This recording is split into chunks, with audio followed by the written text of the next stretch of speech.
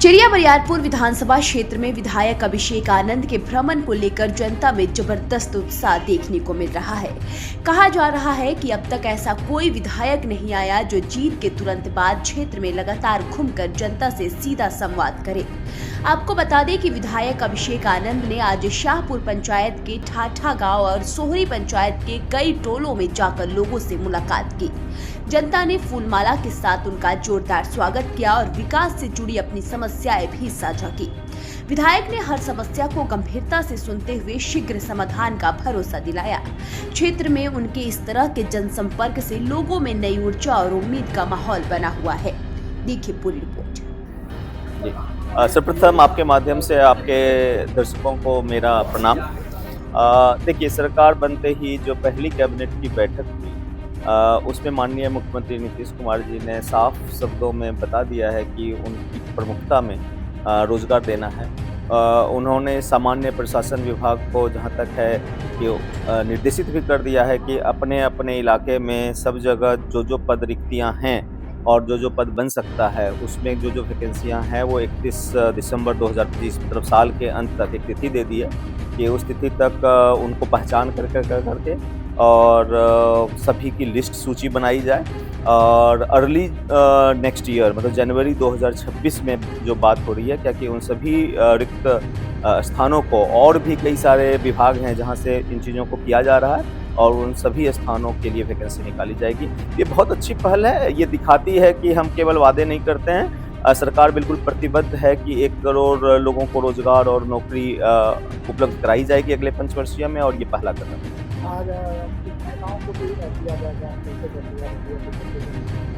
जी बिल्कुल, लगातार काम जारी है। आज माननीय मुख्यमंत्री जी के द्वारा लगभग 10 लाख महिलाओं को 10-10 हज़ार रुपये वितरित किया गया है और डीबीटी के माध्यम से सभी महिलाओं को आज किया गया है। अपने ज़िले की जहाँ तक बात है, बेगूसराय में भी कारगिल भवन से लोग उपस्थित होकर करके मुख्यमंत्री जी ने अपने लाइव कार्यक्रम में इसकी शुरुआत की।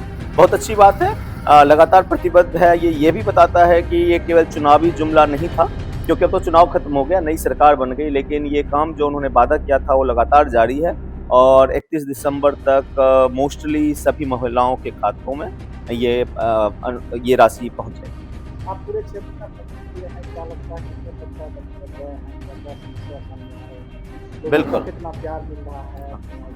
बिल्कुल, अभी तक मैं 8 पंचायत घूम पाया हूँ और लोगों से रूबरू हो रहा हूँ, भेंट मुलाकात भी कर रहा हूँ, सूचीबद्ध तरीके से कामों का अवलोकन भी कर रहा हूँ कि कहाँ पे कौन सी चीज़ें बाकी है, क्या समस्याएं हैं। उनको अलग अलग तरीकों में कैटेगराइज भी करने का प्रयास है कि कुछ समस्याएं होती है जो सामाजिक स्तर से है और वो विधायक स्तरीय समस्याएं हैं, कुछ है जो कि किसी पर्टिकुलर व्यक्ति का प्रॉब्लम है और उसको भी किस तरह से किया जा सकता है सब। तो उनको सूचीबद्ध तरीके से अभी लिस्टिंग कर रहा हूँ। 1 तारीख से 5 तारीख तक जैसा आप जानते हैं कि सदन है, तो सदन की कार्रवाई के तुरंत बाद से मैं उन सभी को प्रायोरिटाइज करके उस पर काम करना शुरू करूँगा।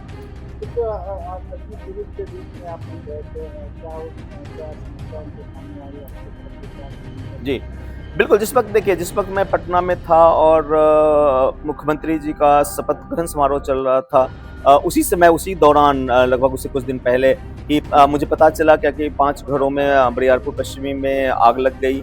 तो मैं यहाँ उपस्थित तो नहीं हो सका, लेकिन तभी मैंने सभी प्रशासन के सभी विभागों में कॉल करके निर्देशित कर दिया था कि उचित कार्रवाई करते हुए जो सरकारी सहायता होती है वो तुरंत प्रदान कराई जाए और उस तरह से सरकार ने एक्शन भी लिया और बहुत जल्द ही सहायता राशि जो इमीडिएट रिलीफ होता है वो प्रदान कराई गई और उसके आगे की जो प्रक्रिया है वो भी हो रही है।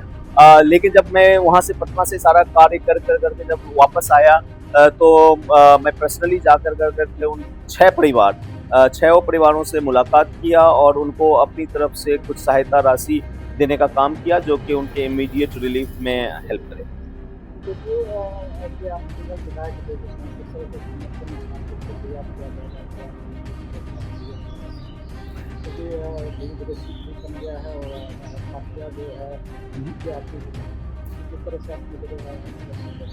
देखिए, सरकार और संगठन 2 अलग-अलग इकाई होती है किसी भी पार्टी में। अभी मैं सरकार का अंग हूँ, लेकिन मैं अपनी पार्टी में या शीर्ष नेतृत्व को भी बताने का प्रयास किया हूँ कि बेगूसराय जिला में JDU as a party, as a संगठन कमजोर हो रही है।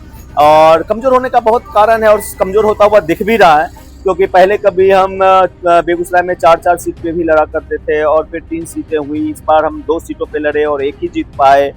और साथ ही साथ जो हमारे सहयोगी पार्टी हैं, भाजपा है, लोजपा है, उनकी भी पकड़ अच्छी खासी बेगूसराय जिले में हुई है और वो धीरे-धीरे बढ़ रही है। इस बार अनफॉर्चुनेटली मैं अकेला ही जदयू का विधायक हूँ, तो मुझ पर जिम्मेदारी बहुत बढ़ गई है। हमारे सहयोगी दल में बीजेपी के पास 3 सीट गई है और लोजपा के पास 1 सीट गई है और दोनों पार्टियों ने बेगूसराय डिस्ट्रिक्ट में एक मंत्री भी बनाने का काम किया है। तो कहीं न कहीं ये उनकी पार्टी के संगठन को और मजबूत करने में कहीं न कहीं ये साबित होगी। जदयू में भी किसी न किसी रूप में जदयू संगठन को अगर बेगूसराय में मजबूत करना है तो इस पर गहराई से सोचना पड़ेगा और किस तरह से यहाँ पे नेतृत्व को एक्स्ट्रा एनर्जी दिया जाए और किस तरह से पार्टी संगठन को ऊर्जावान किया जाए, यह विचारणीय जरूर होगा। और इस पर मैं लगातार अपने पार्टी में शीर्ष नेतृत्व से बात कर रहा हूँ और मुझे आशा है क्या कि कुछ न कुछ किया जाएगा।